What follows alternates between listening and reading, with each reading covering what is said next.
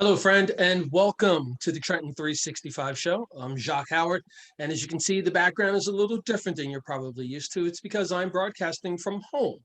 It's got its good points and its bad points, but it's nice to be able to be in a setting where I've got some great art around me, and of course, the love of my family. So if you look over my shoulder, you can see that there's some artwork up, and that is by a good friend of mine and a wonderful artist that I encourage you guys to check out. His name is Billy M.F. Brown.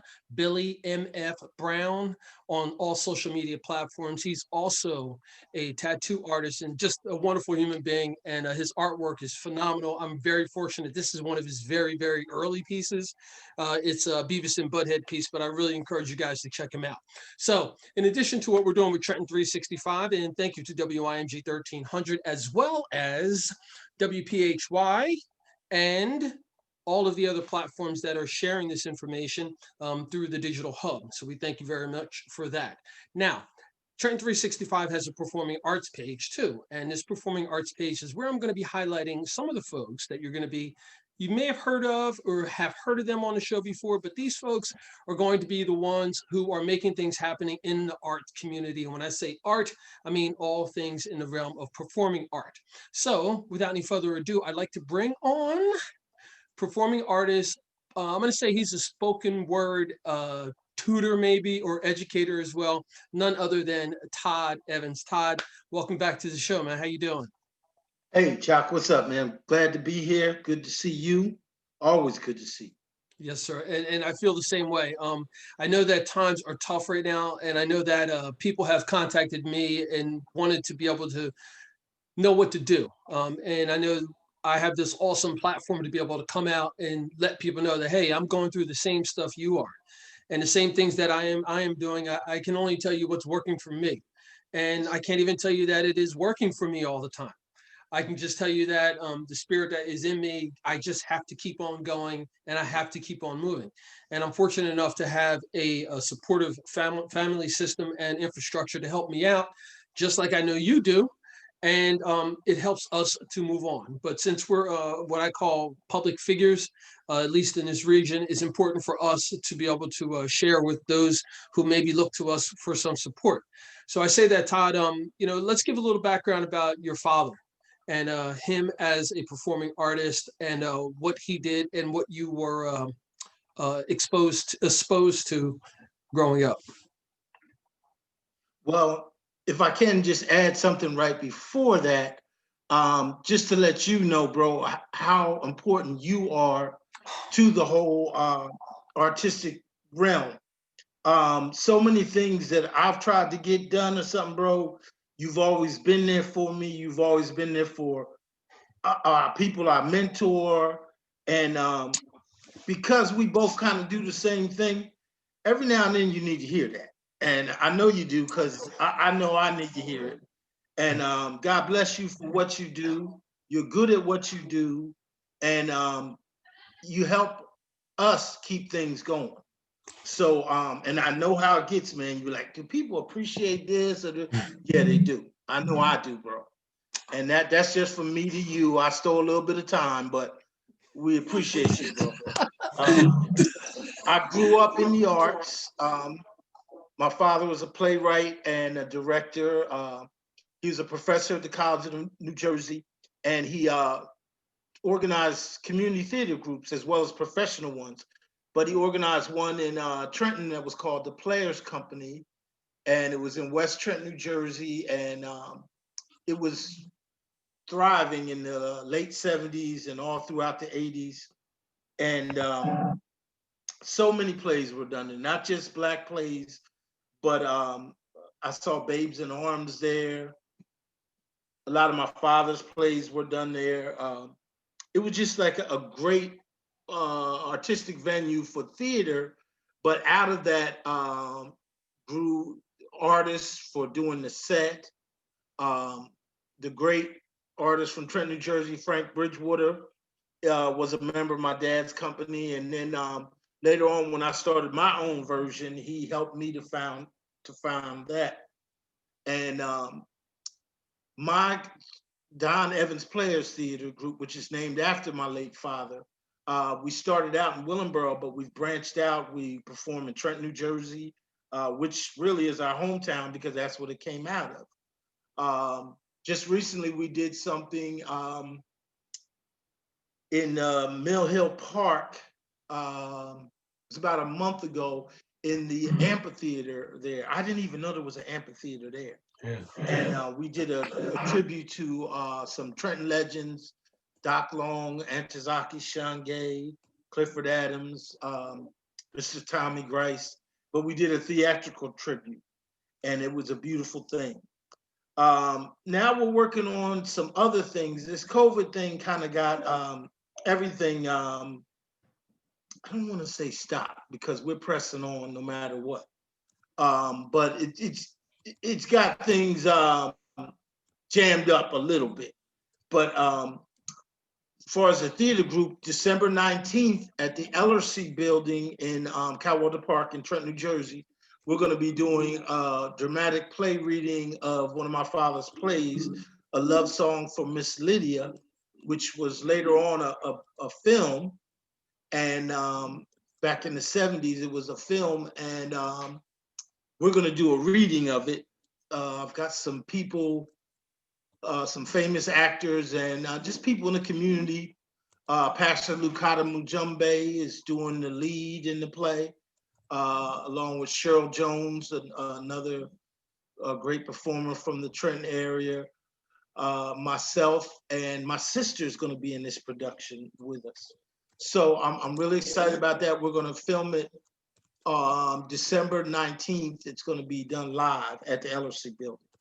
So I'm excited about that. I'm also doing an open mic. I'm kind of helping them out with the Freedom Fridays. I'm an interim host until the original host gets back. And because of COVID, we're not exactly letting a lot of people in, just the performers for this particular open mic. And we're going to be filming them on November 13th, and then it will be streamed live November 20th. So I'm excited about that. And my Willingboro open mic event is going to be celebrating 9 years, man. And in the open mic years, that's like 90. And that we celebrated November 20th. I'll be putting out information on my Facebook page because the Kennedy Center in Willingboro, they're trying to enforce the COVID rules. So there's only a certain amount of people that can get in for this. So if you want to get in, you need to get in fast. But that'll be November 20th, 6 p.m. The features are Cherie and Alan Wilkins, educator from Trenton, New Jersey. He's also a musician, and he will be performing. And that's the things I got coming up. But Trenton is my main focus. It's my hometown. I grew up there. Whatever I do know about the arts, I learned there. And I learned from people who invested in me. And I try to invest in others. And there's so many people that are doing good things and moving positively that I watched grow up or that I might have helped. There's an organization called The Block now, which is some young people that I kind of worked with when they were younger. Um, there's also a young lady that we both have worked with, Naisha Kelly. Mm-hmm. She's doing some poetic things. Matter of fact, she's going to be on the event that I told you about at the LRC building. So I'm just happy for a lot of people progressing. I'm happy to be working with Jane Malloy and the people at the LRC building. I want to keep it home. You know, as much as the theater group travels and does places in other areas. Whenever I can do something in Trenton, that's what I'm going to do. Well, you know, it's good that you're so well around not only, you know, Trenton, but also Willingboro. And I know Princeton's involved in Ewing and pretty much everywhere in between. And I think that says a lot about where people are as far as wanting to be engaged in spoken word and in poetry. me growing up, I don't ever really recall it being, something that was as available as it is now. And I believe it's a combination of the sign of the times, but also those folks who you mentioned, Doc Long and others who have gone and laid some sort of a foundation for young people to learn. And now we Yes. find ourselves in that position as like the older next generation. I'm not even going to put a number on it that can do the same. And then you just rattled off 6, 7, 8 people. And I know that there's well more than that who you could ramble off. So spoken word and poetry is like a breath, to a community. Mhm. And I don't know much about it, but the bit that I know, it's from you, it's from Naisha, it's from Giovanni, it's from all these other folks around who are sharing this information and sharing their feelings through this art form. So can you just elaborate on that, mainly for the folks who around don't even understand where this movement is coming from? Well, right now, today, in these times, it has become such a valuable movement because our voices need to be heard now more so maybe than ever before. And spoken word, poetry, performance arts is another way for that voice to be heard. Um, I can't even explain. Well, I guess I can. How many people have been throughout poetry? Like I did this event in Princeton, New Jersey, with the Cultural Collaborative and the Princeton Arts Council. It was called Story and Verse, and we did it throughout the pandemic. We did some of it. We did on Zoom, and then we actually in the spring and summer we did outdoor events. But the people that I was able to reach just through poetry, doing a piece on Black Lives Matter, or doing a piece on George Floyd, or doing a piece on wearing your mask. It's just another way to get out messages. Now, maybe 5 or 6 years ago, it was a form of expressing ourselves.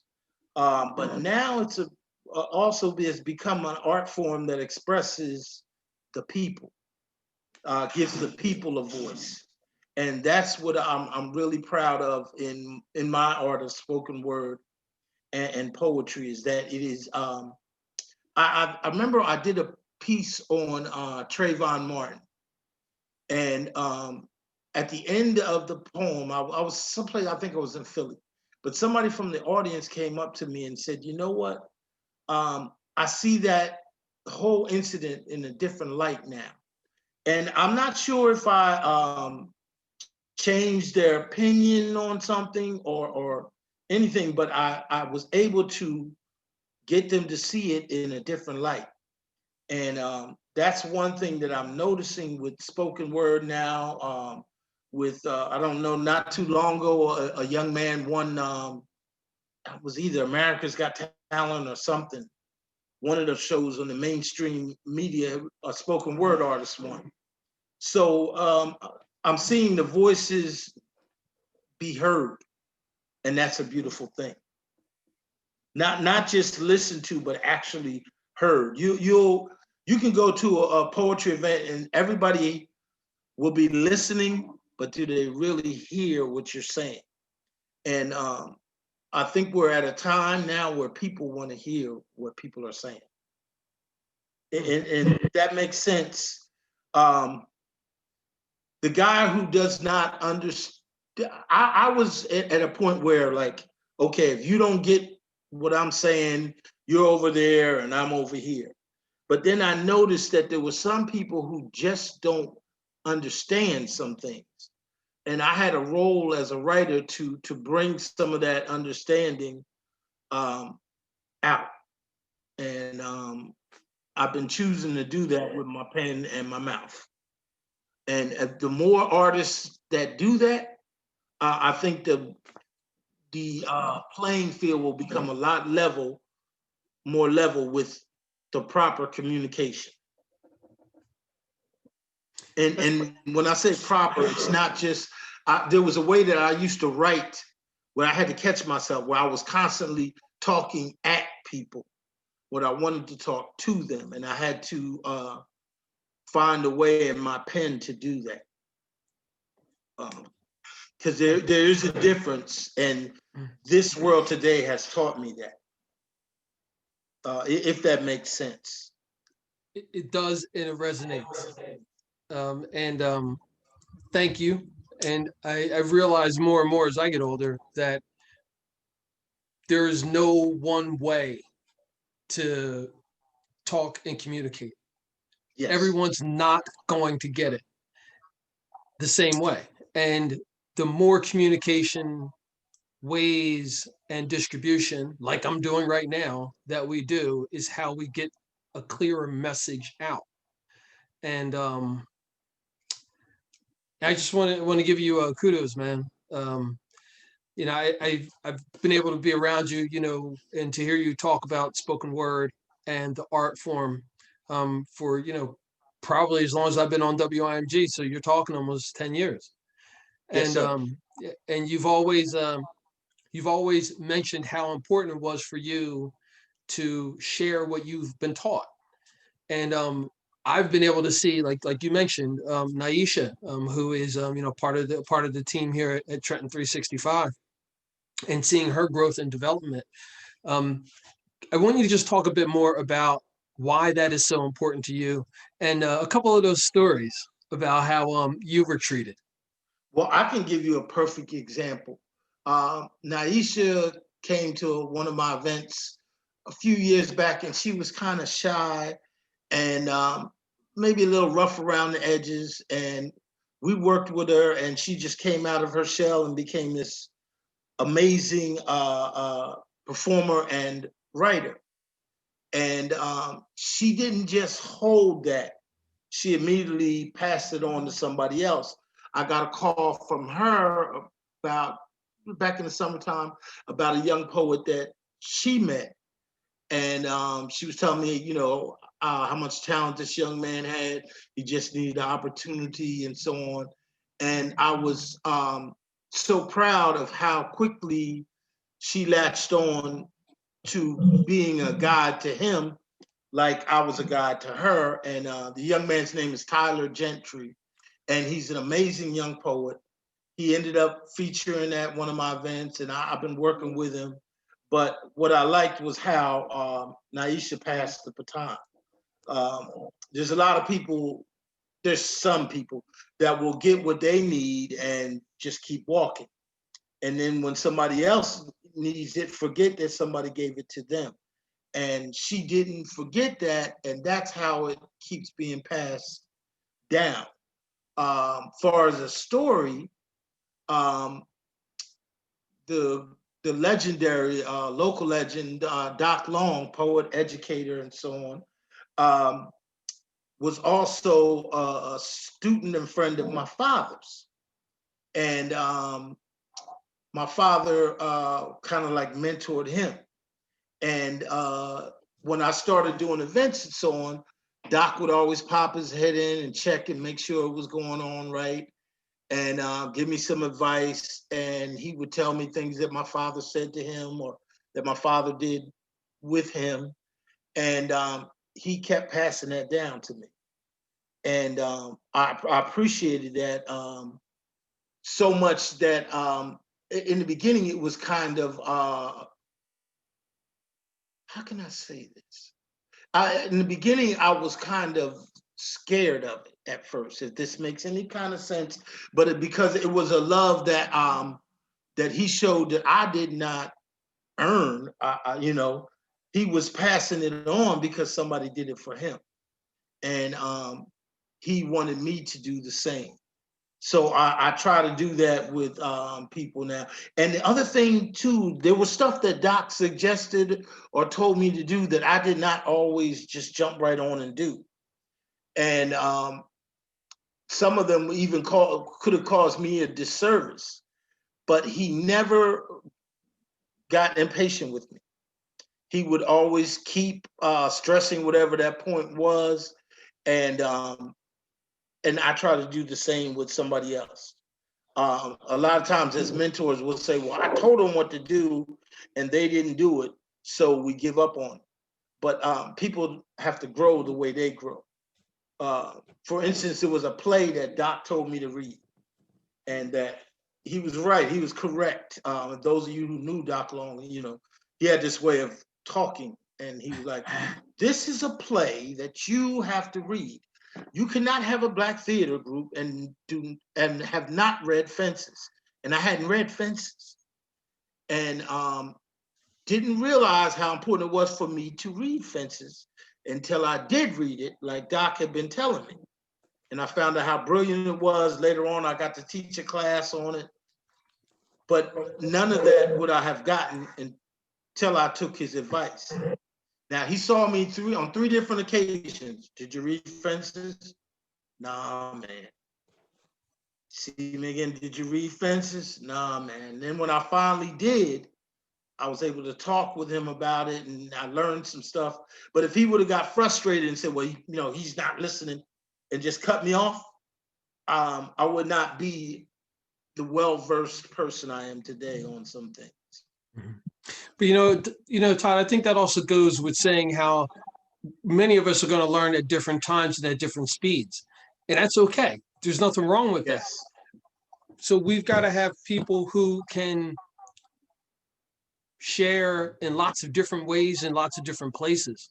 A lot of my close friends often hear me say that, if as out there as I am, if I don't know what's happening, or if I can't even imagine what it would be like for someone else who doesn't know. And I'm speaking in particular Yeah. to the things that I come in contact with, things that are happening in the communities. I say, well, if I didn't hear about it and didn't know what was going on, I would bet that most of the people in my neighborhood, at least, don't even know what's going on.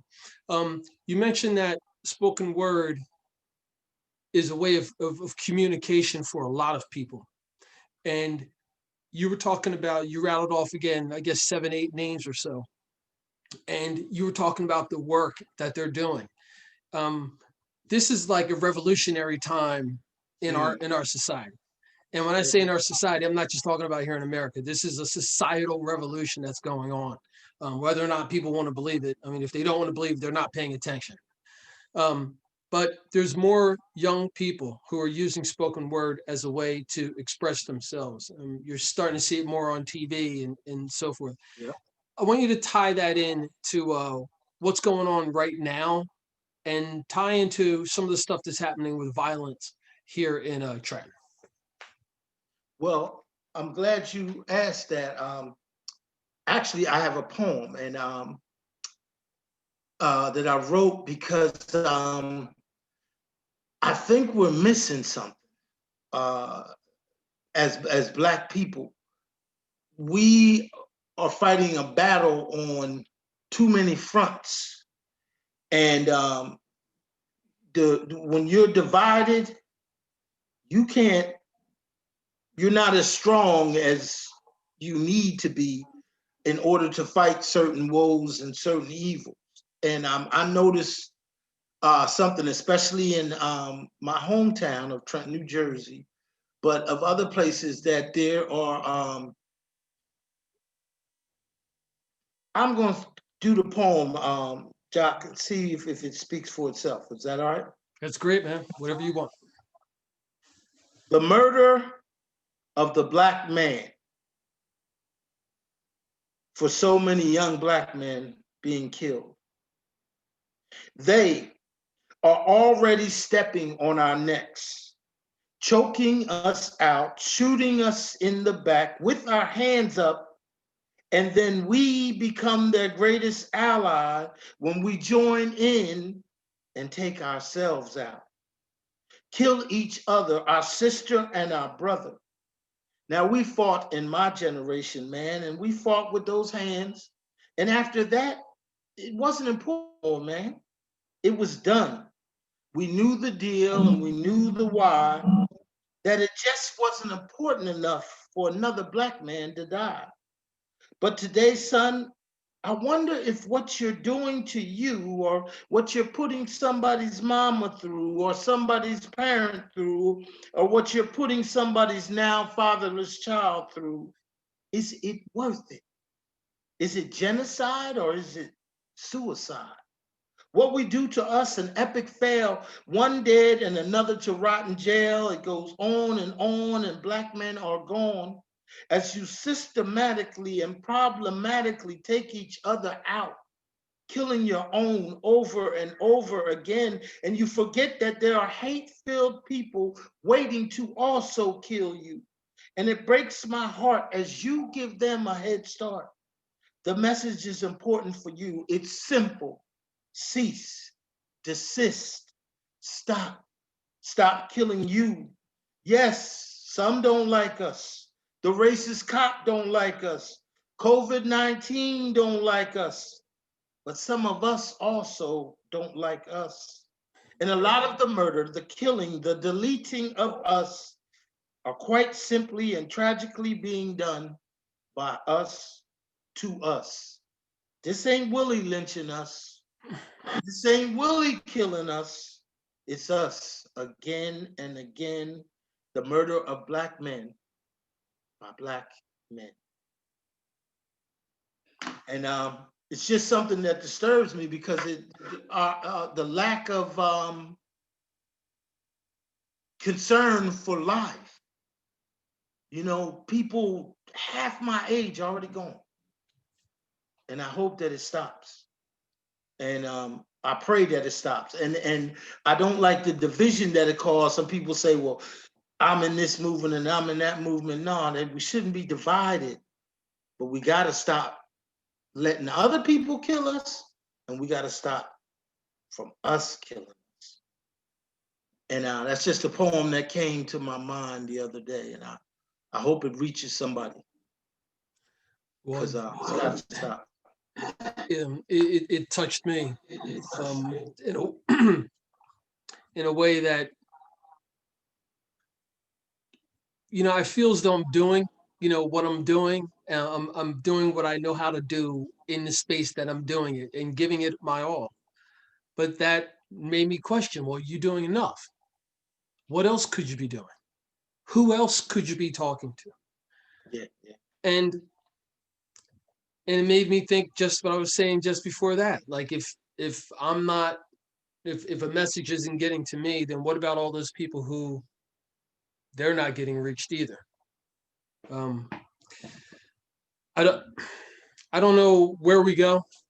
And people ask me, and the only thing that's really come to my heart, man, is that just keep telling everybody that we're all human beings, and that if we can't look at each other as being equal, that is a problem, regardless of who you are. If you look at another human being as not being another human being, that is a problem. Yep.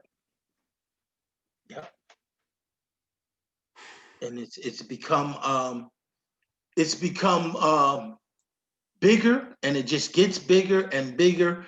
And if it doesn't stop, it's going to get worse, because there's, like I said in the poem, the fatherless children. That generation is going to come up, and then another generation. We got to nip this in the bud now. And like you said, though, all we can do is the best that we can do. A lot of times I sit there and think, like, what else could I do, or what could I make him stop? Could I make him think that his life is more valuable, that the life he's taken is more valuable? And I guess it's just the effort that we put, that one poet, young poet that you feature, or that one young poet that I mentor, might be the one that doesn't get killed,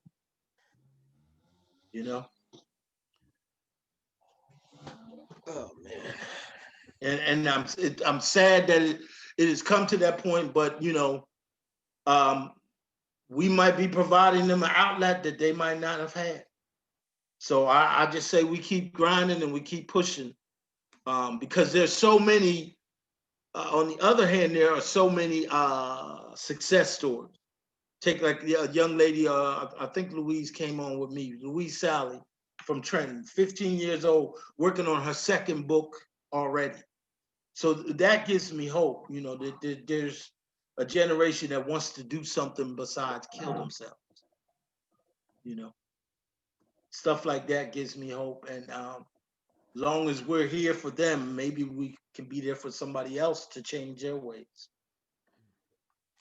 Todd, thank you very much, man. As always, I'd like for you to finish up. Can you reshare some of the events that you have coming up? You know, short and Oh, sweet. You know, sure, John. the events and the days and how people can get in contact with you. Okay. On November 20th, we'll be showing Freedom Fridays from the LRC building in Trenton, New Jersey at the Cowboy Park. Louise Sally is one of the features in that show. Naisha Kelly, Sarita Lopez, myself, a gentleman by the name of Bob Salop, and two other guest performers. I'm not sure of their names, but it's going to be a pretty good show. All different kinds of poetry. Also, November 20th, also at the Willenboro Kennedy Center. I'm going to be doing my 9th anniversary of that open mic. It's going to be a big show. You can find that information pretty soon on my Facebook page or from the Willenboro Kennedy Center. December 19th, we'll be doing a live reading of a play that originated in Trenton, New Jersey, a love song for Miss Lydia by my father, Don Evans. And we'll be doing a reading of that play, and that will be streamed on social media for everybody to see. Cool. Fantastic. That's Todd, what I got coming up. well, Todd, it's as always, it's a pleasure to see you. As always, I wish the circumstances were better, but it's nice for us to be able to vibe off of each other like this. And you know, you always got the space here. You know, if you need to get anything out, all you got to do is call me, get in touch. You know that, right? I appreciate you, man. Yes, Oh, I for do. sure. For sure, folks. All right. Thanks, Todd. Folks, you've been listening and watching the Trenton 365 show from my living room, the studio of Amons Brindled. You can check out some of the artwork, Lifestyle by Amons Brindled on Facebook. In addition to that, you can follow Trenton 365 on the social media platforms, Facebook, Instagram, and Twitter at Trenton 365. Big shout out to WIMG 1300, and that is their hashtag for Facebook, Twitter, and Instagram. WIMG 1300 is the oldest radio station in the state of New Jersey with a magnificent history. Big opportunity for you to check that out. Just look at their Wikipedia page. You can also consider posting your events to the Trenton 365 community calendar page. And if you would like to have your organization, your particular business, or a cause represented or shown over the program, just give me a call or send me an email. The email address is Trenton, the numbers 365 show at gmail.com. Trenton 365 show at gmail.com. And you can call me at 609-433-0489. And by time, I've got to go pay the bills now. Take care, folks. Have a great night. Justice, peace, and humility. Have a great night.